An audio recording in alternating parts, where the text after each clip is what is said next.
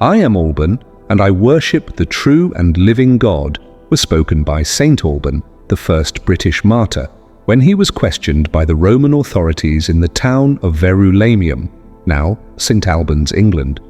This declaration is recorded in the stories and historical accounts that document the life and martyrdom of St. Alban, which are foundational to the history of Christianity in Britain. The event itself was not part of a formal written text, like a book or a scripture at the time it was spoken, but rather a spoken declaration that was later documented in historical and hagiographical saints' lives texts that have been passed down through generations.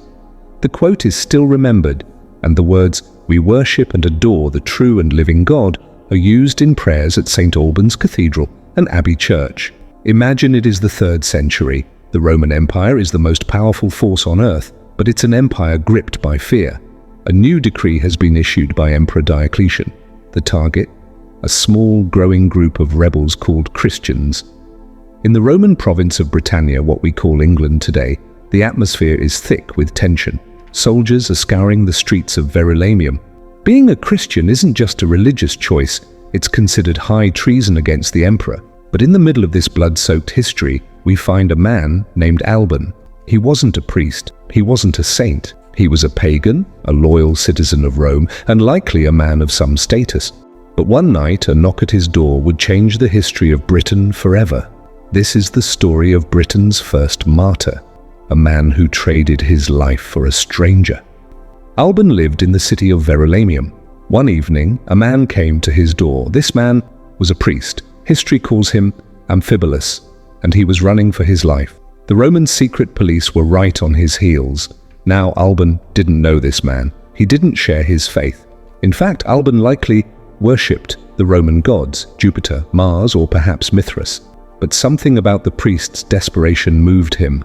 Alban opened his door. He offered him a meal. He offered him a bed. But as the days passed, Alban noticed something. He didn't just see a man in hiding, he saw a man in prayer.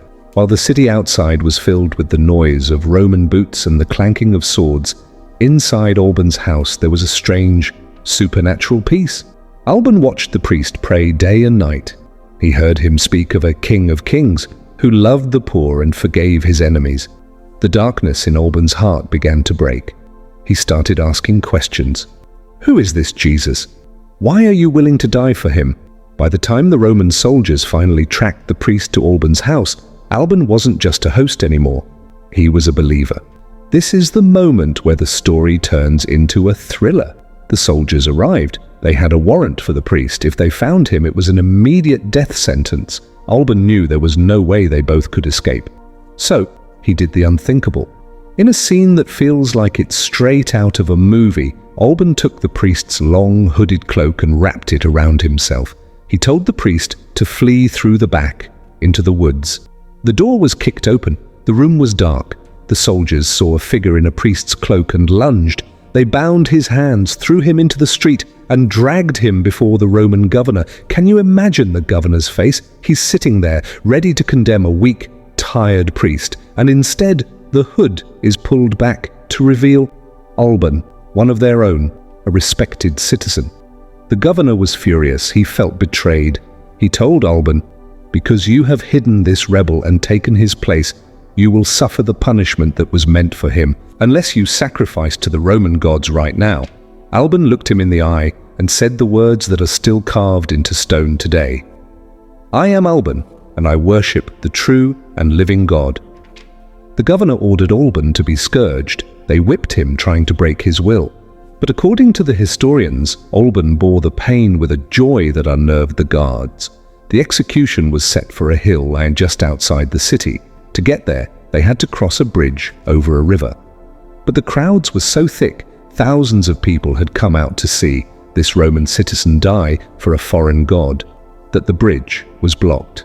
This is where the legends of St. Alban get truly miraculous. History tells us that Alban was so eager to reach the place of his sacrifice that he prayed, and the river dried up so the procession could cross.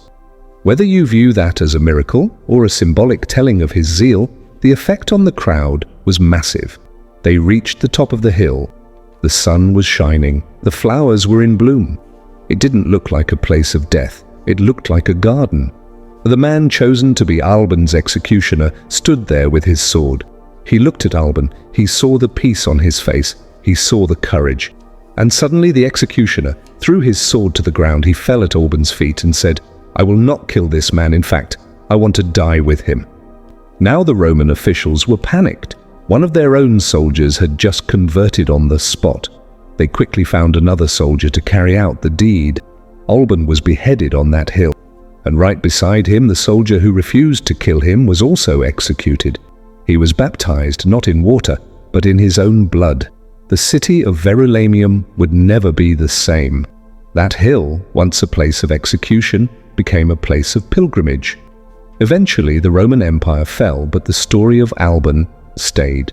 They built a massive cathedral on that very spot, St.Alban's Cathedral, which still stands today, over 1,700 years later.